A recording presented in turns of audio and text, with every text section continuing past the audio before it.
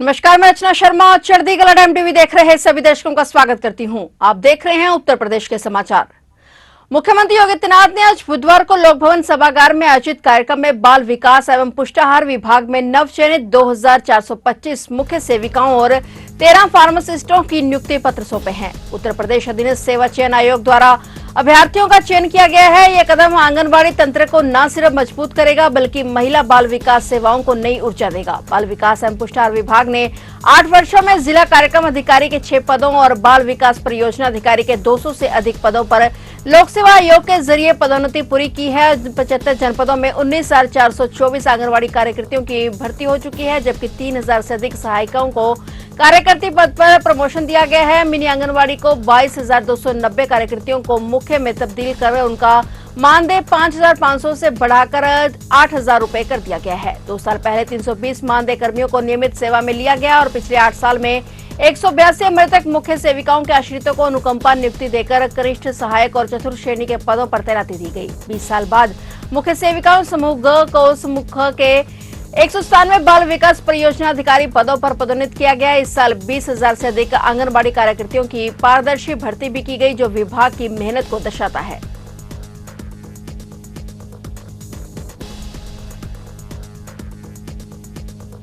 छांगुर गिरोह जैसा मामला यूपी के बरेली जिले में भी सामने आया है। यहां भूता के मदरसे में मौलाना और उसके साथ ही धर्मांतरण कराने का सिंडिकेट चला रहे थे। राजकीय इंटर कॉलेज के दिव्यांग प्रवक्ता का ये लोग धर्म परिवर्तन करवा चुके थे और प्रवक्ता का खताना करने से पहले पुलिस ने गिरोह के सरगना अब्दुल मजीद समेत 4 आरोपियों को गिरफ्तार कर लिया है। कोर्ट में पेश करने के बाद चारों आरोपियों को जेल भेज दिया गया है। पुलिस लाइन सभागार में एसपी दक्षिणी अंशिका वर्मा ने मामले का खुलासा करते हुए बताया कि गिरोह के लोग दिव्यांगों को शादी का लालच देकर धर्म परिवर्तन करवाते थे। आरोपियों से धर्मांतरण के 3 प्रमाण पत्र, पासपोर्ट, आधार कार्ड जैसे दस्तावेज बरामद हुए हैं। एसपी दक्षिणी ने बताया कि अब तक की जांच में सामने आया है कि आरोपी कई राज्यों में घूमकर चंदा जुटाते और मदरसा चलाते थे। सलमान और उसकी बीवी के 12 बैंक खाते हैं, अब्दुल मजीद के 5 खाते हैं। इनमें 2,000 से ज्यादा ट्रांजैक्शन मिले हैं और इनमें से विदेशी फंडिंग के बिंदु पर भी पुलिस जांच कर रही है और इन लोगों का छांगुर गैंग से कोई कनेक्शन तो नहीं, इसका भी पता लगाया जा रहा है।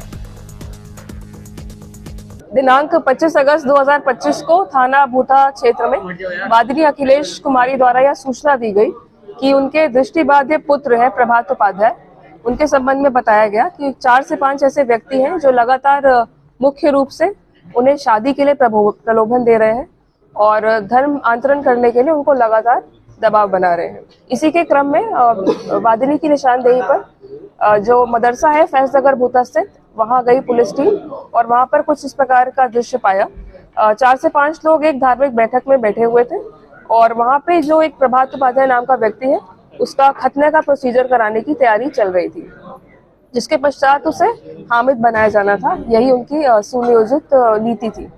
जब टीम घटनास्थल पर पहुंची तो उन्होंने इस प्रयत्न को रोका, इसको विफल किया और इसके अलावा उन्होंने जो घटनास्थल से बरामदगी की है वो कुछ इस प्रकार है।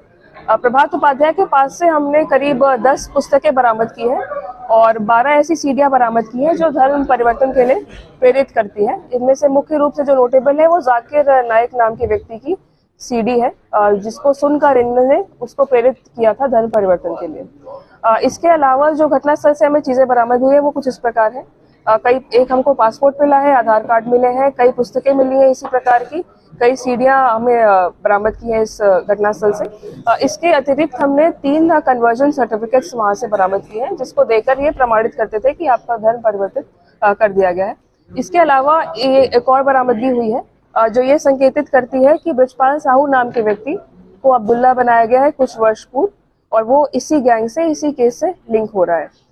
वाराणसी जिले के पुलिस ने कॉलोनाइजर हत्याकांड में बड़ी कार्रवाई की है। मुठभेड़ के दौरान शूटरों को असला सप्लाई करने के मुख्य आरोपी को गिरफ्तार कर लिया गया है। वाराणसी जिले के सारनाथ के सिंहपुर में कॉलोनाइजर महेंद्र गौतम की हत्या में शामिल मुख्य आरोपी मुकीम को पुलिस ने फरीदपुर में मुठभेड़ में गिरफ्तार किया है। मुकीम ने ही बदमाशों को असला सप्लाई किया था और अन्य आरोपियों को भी पुलिस ने गिरफ्तार किया है। डीसीपी वरुणा प्रमोद कुमार ने बताया कि कॉलोनाइजर महेंद्र गौतम की हत्या की साजिश मुख्य आरोपी मुकीम ने ही रची थी। शूटरों को असला सप्लाई किया था। तफ्तीश में जुटी टीम को सूचना मिली कि फरीदपुर में मुख्य आरोपी मुकीम शूटरों को रुपए के लेन देन के लिए बुलाया है और एसएचओ की टीम ने घेराबंदी की तो मुकीम ने पुलिस टीम पर फायरिंग कर दी। जवाबी कार्रवाई में मुकीम के पैर में गोली लगी। अन्य आरोपियों से भी पूछताछ की जा रही है।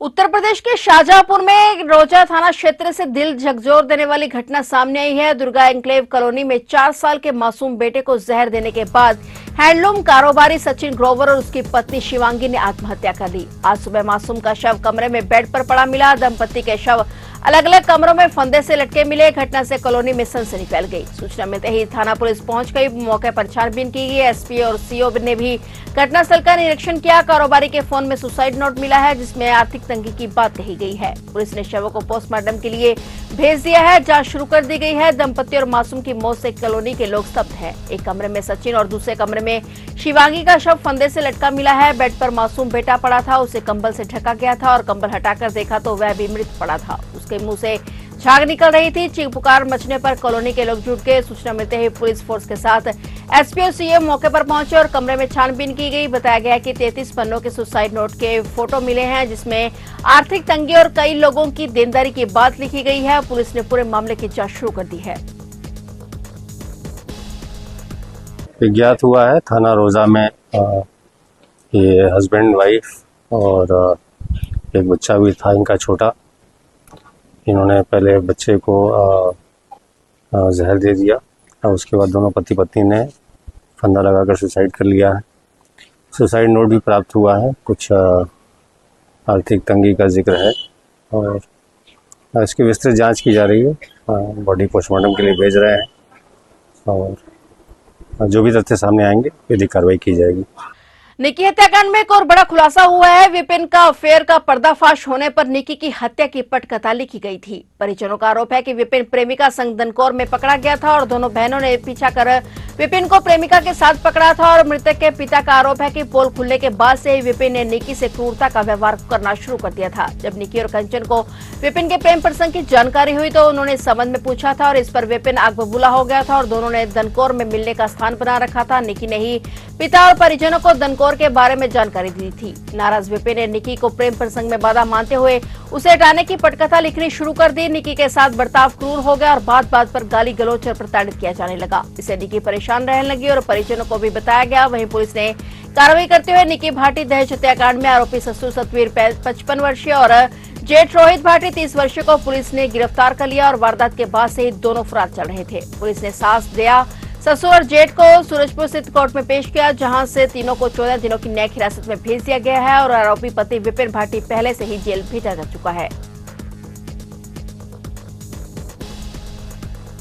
एमडीए ने पूर्व विधायक हाजी इकराम कुरैशी के आवास के सामने बनी निर्माणाधीन दुकानों को बिना नक्शा स्वीकृति के अवैध मानते हुए सील कर दिया है। कार्रवाई के दौरान विरोध भी हुआ और इसके अलावा एमडीए ने पाकबड़ा और गागर नदी किनारे अवैध निर्माण को भी ध्वस्त किया है। एमडीए की टीम ने बूढ़े का चौराहा स्थित पूर्व विधायक हाजी इकराम कुरैशी की निर्माणाधीन दुकानों को सील किया है। इस दौरान टीम को विरोध का भी सामना करना पड़ा और दुकानों के निर्माण के लिए एमडीए से कोई नक्शा स्वीकृत नहीं कराया गया था और पूर्व विधायक ने एमडीए पर उनके नाम का गलत इस्तेमाल करने का आरोप लगाया था और उन्होंने खुद की दुकान होने से इनकार किया और इसके अलावा एमडीए ने पाकबड़ा और गागर नदी के किनारे हुए अवैध निर्माण को भी ध्वस्त किया है। पुलिस ने विरोध जताने वालों को समझा बुझाकर शांत किया और इस बीच प्रवर्तन दल ने पूरे भूखंड को सील की कार्रवाई शुरू कर दी। एमडीए के प्रवर्तन दल ने बिना नक्शा पास कराए बनाई गई आधा दर्जन दुकानों को सील किया है। एमडीए के अधिकारियों ने चेताया कि बगैर नक्शा पास कराए भवन और दुकानों के खिलाफ सख्त कार्रवाई जारी रहेगी।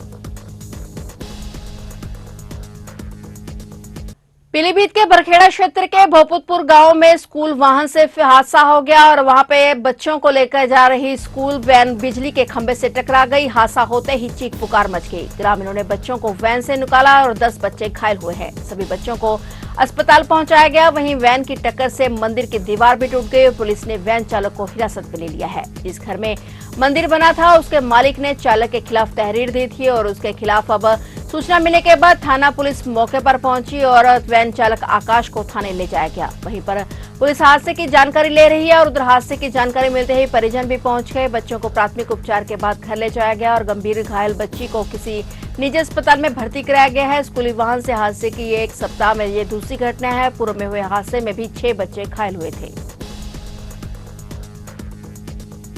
जम्मू में बाढ़ और भूस्खलन से रेल यातायात प्रभावित होने पर 7,000 यात्रियों ने अपने टिकट रद्द करवाए हैं। रेलवे के अनुसार अमरनाथ एक्सप्रेस और कामाख्या वैष्णो देवी एक्सप्रेस सहित 8 ट्रेनें प्रभावित हुई हैं और कई को बीच रास्ते में भी रोकना पड़ा। जम्मू रेल मंडल के कई सेक्शन में बाढ़ का पानी और वैष्णो देवी मार्ग पर पहाड़ की मिट्टी खिसकने के कारण 7,000 श्रद्धालुओं ने रेलवे टिकट को रद्द कराया है और रेलवे की ओर से भी 8 ट्रेनों के प्रभावित होने की जानकारी साझा की गई है। अमरनाथ एक्सप्रेस, कामाख्या वैष्णो देवी एक्सप्रेस समेत कई ट्रेनों को बीच रास्ते में ही रोकना पड़ा और 27 अगस्त से 5 सितंबर तक 12,000 से अधिक यात्रियों का जम्मू के लिए रिजर्वेशन है और रेलवे की नोटिफिकेशन और हादसे की जानकारी के बाद 7,000 टिकट रद्द हो चुके हैं। जिनके टिकट ट्रेनों के प्रभावित होने के कारण निरस्त हुए हैं उन्हें रेलवे रिफंड दे रहा है, बशर्ते रेलवे काउंटर से टिकट की बुकिंग की गई हो। मुरादाबाद, बरेली, नजीबाबाद, हरिद्वार, ऋषिकेश, शाहजहांपुर आदि स्टेशनों से जम्मू जाने के लिए हर दिन लगभग 800 यात्री सफर करते हैं। जम्मू मंडल में विभिन्न कारणों से रेल ट्रैफिक सस्पेंड कर दिया गया है। यात्रियों को मोबाइल पर संदेश भेजकर अलर्ट किया जा रहा है। तो आप देख रहे थे उत्तर प्रदेश के समाचार और नए समाचारों के साथ फिर से हाजिर होंगे। तब तक के लिए देखते रहिए चढ़ती कला टाइम टीवी।